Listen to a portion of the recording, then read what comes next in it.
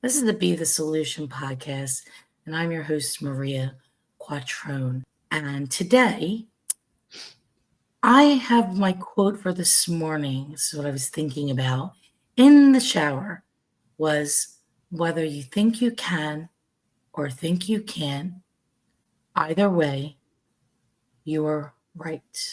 And this morning we have our guest, Sheryl Sitman, Real Landlording. So, Sheryl, welcome to the show. Thank you so much, Maria. I'm really excited. I was excited to get the invitation and I really appreciate it and looking forward to our chat. My pleasure. So, how I met Sheryl was, well, this is our actually first time meeting online, but she has this great group called Philadelphia Landlords and always posting all this great information.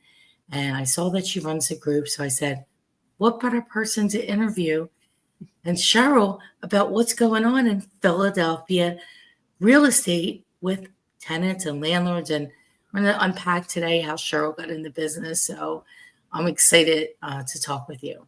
So tell me, okay, how'd you do it? So, well, it's a long story and I'll try to make it short. I got into real estate, about 15, 16 years ago when I wasn't even living in the country, just because we knew that this is something, it was an opportunity around 2009. I'm sure you remember that as a real estate agent. Wonderful time to get into the industry, lots of opportunity. Right. So started buying some property. And the most important thing to me was because I didn't know anything about real estate, nothing about the housing industry at all. And I just wanted to make sure I was doing things that would be headache free, as though there's such a thing. Headache free. Okay. So I was just buying really stable, safe things, not with great ROI, and accumulating some properties. And that was my introduction to things and understanding quite quickly that there's an amazing opportunity. So then around 2016, moved to the Philadelphia area, which I was born in Philadelphia, but I had moved overseas and started buying distressed properties and figuring out pretty much everything on my own. And not even understanding that there was someone who could maybe mentor me or guide me. I eventually discovered Bigger Pockets, things like that, provided some general information, but really stumbled through it, made a lot of mistakes, got taken advantage of pretty badly in the first years. And because of that experience, I'm the kind of person, and that's why I really like the name of your podcast, Be the Solution, because I tend to, if I figure something out and I have the solution, I want to share it with other people. Because why should anybody be taken advantage of, for example, by a contractor if you can avoid it? And so as I learned these things, a lot of that out there still, Sheryl, still. Oh, it's terrible. Yeah. So I am the kind of person who, when I figure something out, I like to share it. And then back in 2020, during COVID, I was freaking out because there was the talk about the eviction moratorium. And I remember distinctly thinking that on April 1st, nobody's getting their rent, because the way all the messaging was put out there was as though nobody needs to pay rent anymore. And I was really afraid that that's how tenants would treat it.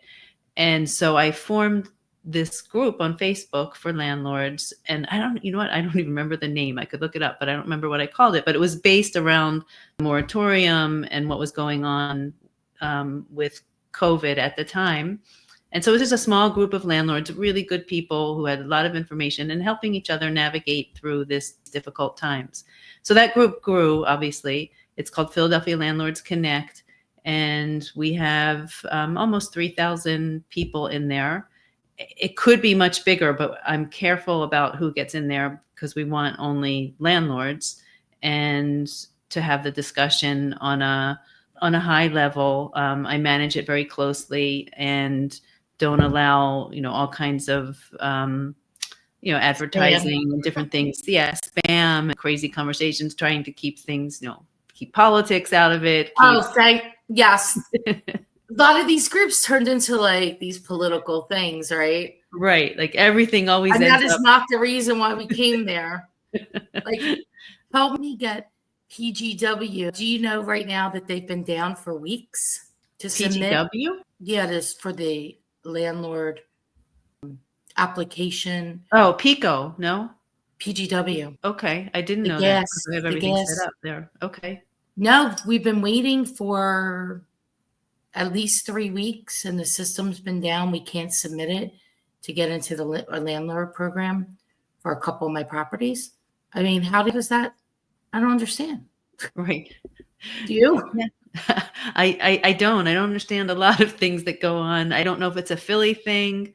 A lot of these systems that don't work well. I remember that until a few years ago, I always found that Pico was really easy to work with, and then they switched over to a new system. I know that's. I think it's about a year now that they haven't straightened things out, and that's their excuse all the time that they moved over to a new infrastructure, technology infrastructure, and they haven't been able to get their act together. So there's people who like didn't get bills for many months and then get surprised with a huge bill, all kinds of horror stories. There's no lack of problems. There's no So, lack of problems. so be the solution. Yes, because the lots of solutions to have. I mean, you have this great group. You know, I kind of want to dig in a little bit about what is going on today in the landlording, like in regards to the city. And, you know, every time I talk to another investor, they're mad Yeah. and they're frustrated and they're sick of it. And, you know, yeah, they're frustrated because they can't get people out. Takes 9 months to get them out. The tenants don't pay. Yeah, there's a real problem with it's a combination of policies, politics, a particular type of land, what I call landlord tenant culture that's been allowed to develop in Philadelphia. And it's interesting because just the other night there was the HAPCO yearly meeting. So HAPCO, for those who don't know, is the advocacy group for small and mid-sized landlords. I think it's really important. Anybody who's a small landlord, whether you have one property or 100 properties, should be a member. It's very reasonably priced, and just to give them that little bit of boost to have more members and have the budget to advocate for us, because that's it. Nobody else is out there able to push for. It's not just about what landlords need. What I always try to explain, especially to politicians, is what's good for landlords is usually good for tenants as well. So it's not a us versus them.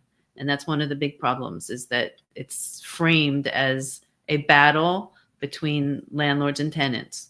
So at the event at HAPCO the other night, they had some city council members, and you can see where the disconnect is very clearly. That many city council members think that they're serving their constituents by fighting against landlords. Like, one of the recent proposals was to limit the fee that you can charge for a application for a rental. So they want to limit it to $20. Well, it costs more than that for you to run a credit check, right? So why should landlords? Credit checks just went up to. So yeah, I mean, these are things I don't do myself, so I'm not so familiar with the fees, but I know it's more than $20. Like, most people are charging $40 or $50 for an application, and it's not a money-making activity, it's to cover their costs.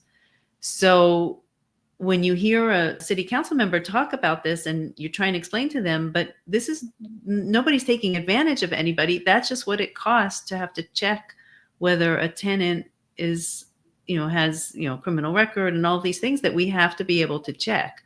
So why does a landlord have to eat the cost? Think of somebody with 1 or 2 properties. They can't lose that money. But not only that, they also want to change the security deposit requirements. to make it that you have to break it up into 4 installments over the year. And again, just this total disconnect of what's the purpose of a security deposit and what's the reality that many of us end up needing to keep that security deposit because the amount of damage that tenants sometimes do to a property. And it's real. Like, I mean, I've had properties, the security deposit doesn't come anywhere close to I am covering the damage that someone did. Most tenants are good, but there's plenty out there that are causing a lot of damage. So a lot of things got said at the meeting the other night that it's like, wow, you guys just don't get it. Like, are you ever talking to landlords? What is it that you're trying to achieve? I think it's a lot of misunderstanding, even just basic economics, right? Like when rent control gets discussed. And like ask any economist out there, and rent control actually makes rent go up because of the, what happens to the market when you implement rent control. It's been proven in places like New York and other cities that have tried it, and it doesn't work.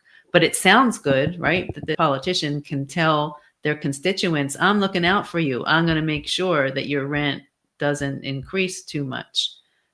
But if not a profitable venture, then landlords are going to leave. They're going to sell their properties. And, you probably see that happening as an agent. Well, certainly I have many, excuse me, frustrated investors that some want to exit. And, then there's people that are buying. So there's a season and a reason. Right.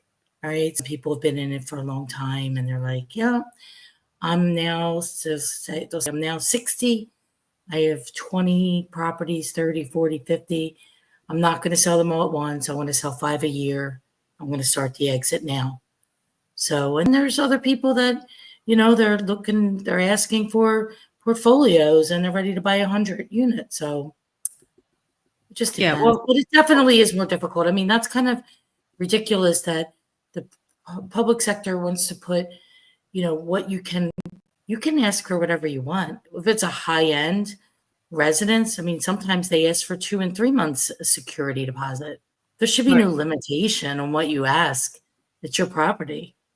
Right. It should be more of a free market. And what I spoke at the HAPCO event the other night, and I was trying to convey is that when you do open up the market and you make it easier, right? Make it easier to become a landlord, reduce the costs that landlords need to invest in order to get their properties compliant and rented, then rent goes down. So, I gave some examples, like, example that's totally unrelated to real estate, but like, because I was looking for different examples of industries and that have happened in the market that made prices go down. So a good example is the hearing aid industry. And it used to be highly regulated. And you had to get a hearing aid, you had to get a prescription, which meant you had to go to the doctor. And then only certain companies could. So a hearing aid was like $4,000. Well, now they changed the laws a couple years ago. So a hearing aid is much more affordable, which means what? More people who have hearing disabilities can get hearing aids. And isn't that that's a good thing? It didn't make anything more dangerous. And so a lot of the in Philadelphia are presumably to make our housing safer. And what I want to ask the politicians is, have you noticed Philadelphia housing is not nicer or safer than other cities where they don't have as much regulation? In fact, in some ways, it's the opposite, because landlords are spending so much money on compliance instead of on fixing their properties. Yeah, there's only so much in the kitty. There's only so much money to go around. And if you think about it, it's like, okay, you got a trash fee, rental license, if you have to pay for PICO, if it's in the hallways, if it's multifamily. Mm-hmm. And then you have your maintenance, and you have your vacancy costs, and you have your accounting, and you have your attorney, and you have leasing fees, and also the every step that you have to take. It's I tell people, because I in multiple states, and in the earlier days, after having gone through what I had to go through in Philadelphia to become a landlord, it was natural for me to ask in every market that I entered, what do I need to do to rent my property? And in so many places, I just got this blank stare. Like, what are you talking about? You bought the property, now rent it. What else do you think you need to do? I'm like, well, don't I have to get ID and a rental suitability Right. certificate and a commercial That's license and a rental license? don't forget the lead certification, the new one that they, a few years, however many years ago they Right. did. You have to get so you have to find someone to do the testing, then they get you the test, right? And you have to upload it to a special site on the Philadelphia Gov millions It, of sites. it's, it is it's a lot. Yep. It's a lot. And so it's important to like keep at it of letting the politicians know this is not good for anybody. It's making, I can guarantee you it's not making housing safer. I compare what I can rent in Philadelphia, like for say, a typical 3-bed, say I'm getting $1,800 a month. In other states for a month, I'm renting out brand new properties, sometimes like in communities that have pools and pickleball, and you get so much more for your money in other markets where it's easier to be a landlord and to own property. You see people wanting to invest in other areas. A lot of developments even moved to, New Jersey and Mm-hmm. Bing and Lancaster, places outside of the city. Right. Philadelphia, I'm born and raised here my whole life and been in this industry for 21 years. And it's not an easy city for business owners. They've Right. never made it easy. There's not a lot of, we don't have a lot of large corporations here. A lot of them moved out. Mm-hmm. The BERT tax is, you can go on, but it's not business friendly.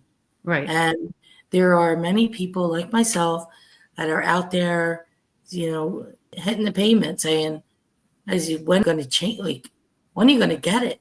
So, well, it does seem that the Mayor Parker has a better vision, and I understand like she brings a lot of people in who are business oriented, and it sounds like, I mean, and some goods are happening and have happened, and I a good amount of optimism. I think that it's really important for people to make, just make their voices heard. And there's always going to, look, Philadelphia has a lot of wonderful things, right? I mean, you live in the city, like how great the food is, and, it's a very walkable city, and all the interesting neighborhoods. Like, it's a really rich and diverse place. So it's not going away, that's for sure. No, no. I mean, these are that are, more so for people in the business of Philadelphia. I mean, living in Philadelphia is definitely becoming better than it was. There was a lot of people that had exited, like any other big city during COVID. It's nothing unusual. It's all over the entire world. Not succinct to just Philadelphia, but people wanted to be away from big cities. They wanted to have more space. A lot of people that were downtown, they moved to their shore houses at the Jersey Shore. Margate, Avalon, Stone Harbor, Longport. And these people also that did that full-time move were towards the end of their careers. So more of empty nesters, more affluent people that made that move.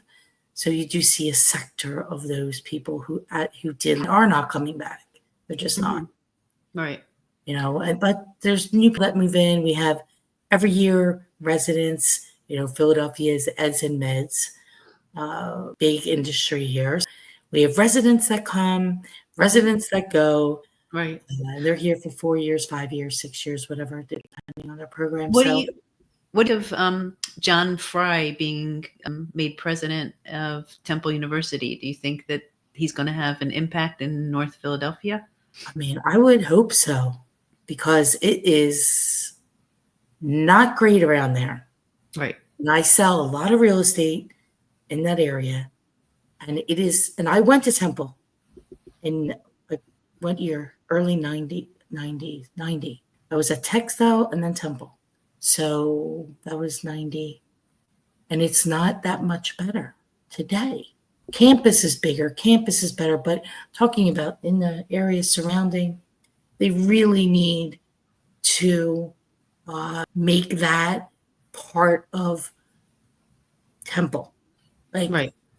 to make Temple better because it is. Well, look, I am at University of Pennsylvania in the 80s, in the late in and or maybe actually I think it was the early 90s. But and what I remember is that it was considered the most dangerous campus in the country. And look at it today and look at what University City has become. And it's my understanding that John Fry had a lot to do with Yes, the area with Drexel and Penn.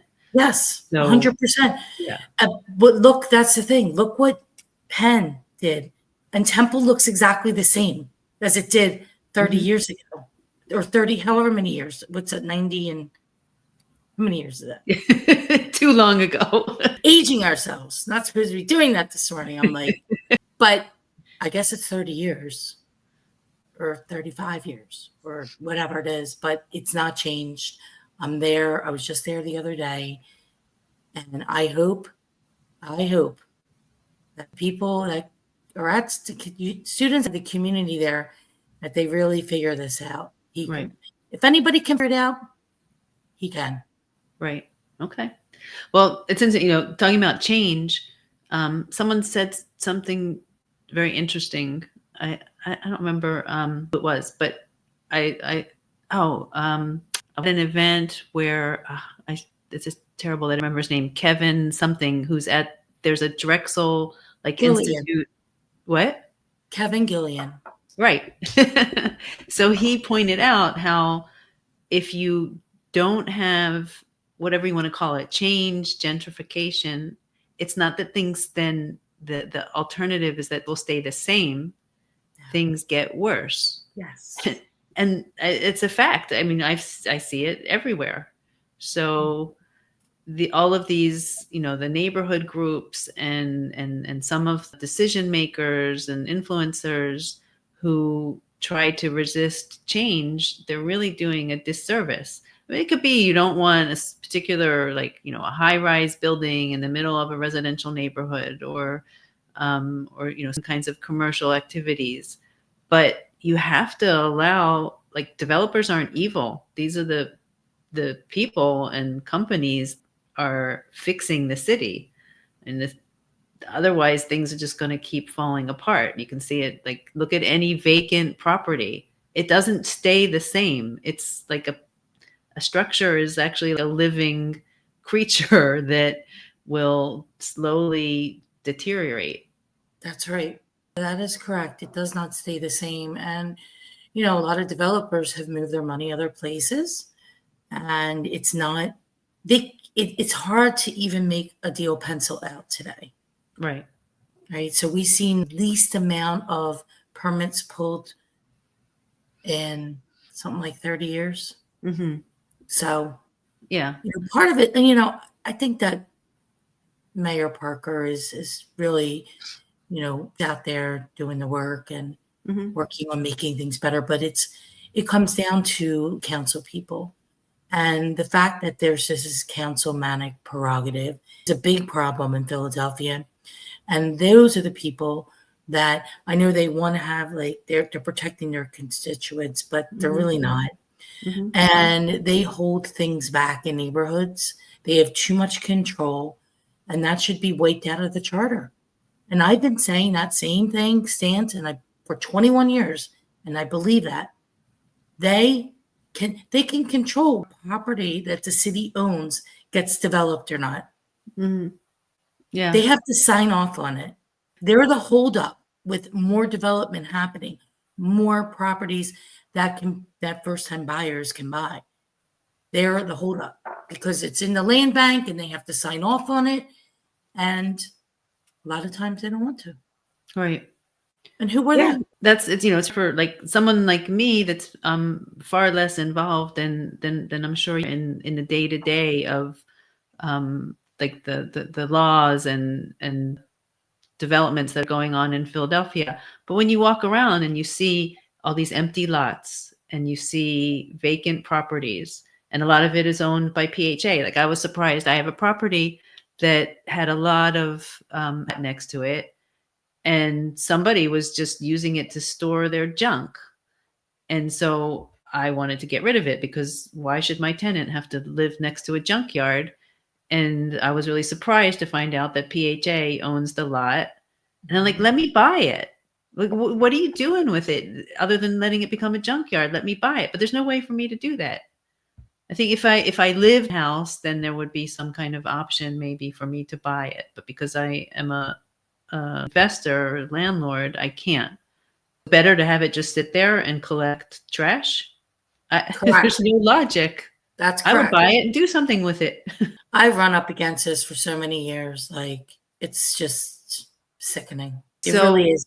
They have a program called Turn the Key now, but you have to have, you can't, you have to have a lot of experience. There's an RFP that goes out. It's a whole big thing.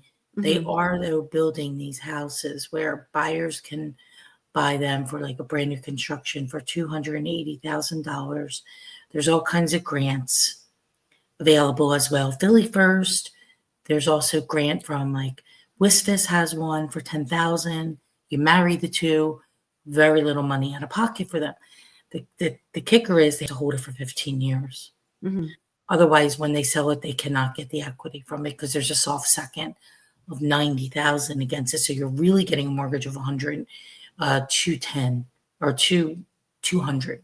190, the mortgage. So, but there are income, in regards to that. But that's also part of the land bank program, and the council people have to sign off on this land. Mhm.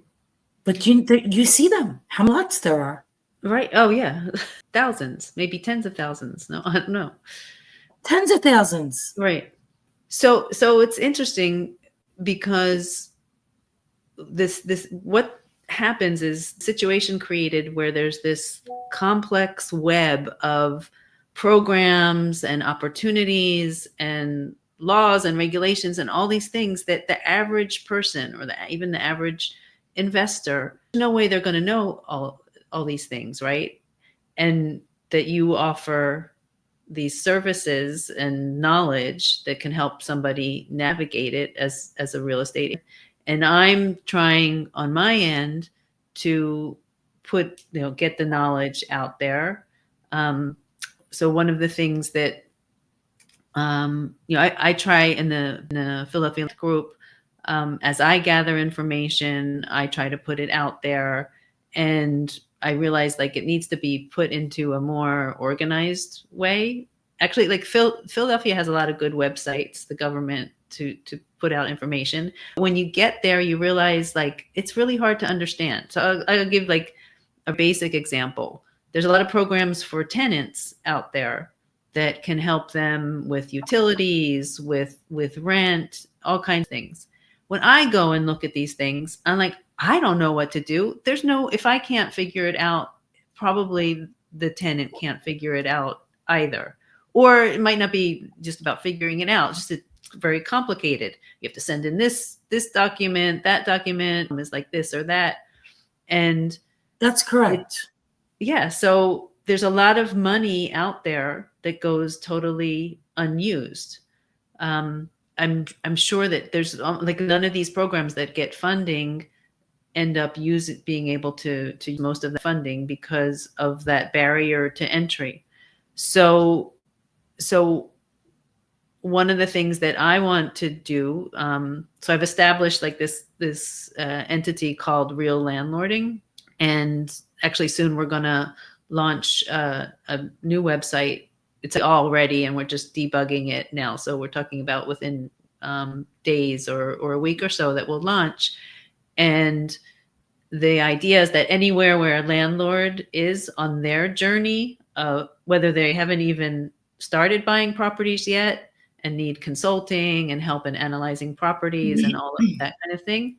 And once they bought the property, figuring out what to do with it, how to design it for the tenants, how to get the work done, hiring contractors or hiring maintenance people, every step of the way that they can come to the Real Landlording website and find a solution that's a reliable solution.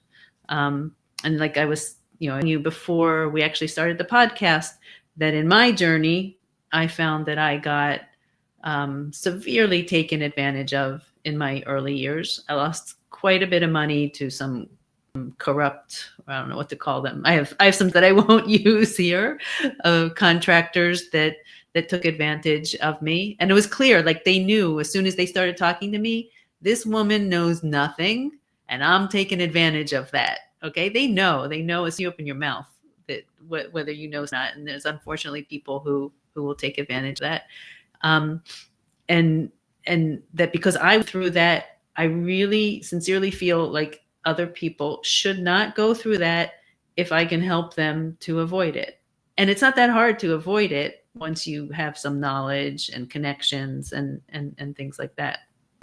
So I want to have landlords be better landlords and be able to manage themselves through different challenges and just the basic that you need to do in order to be a good landlord or investor.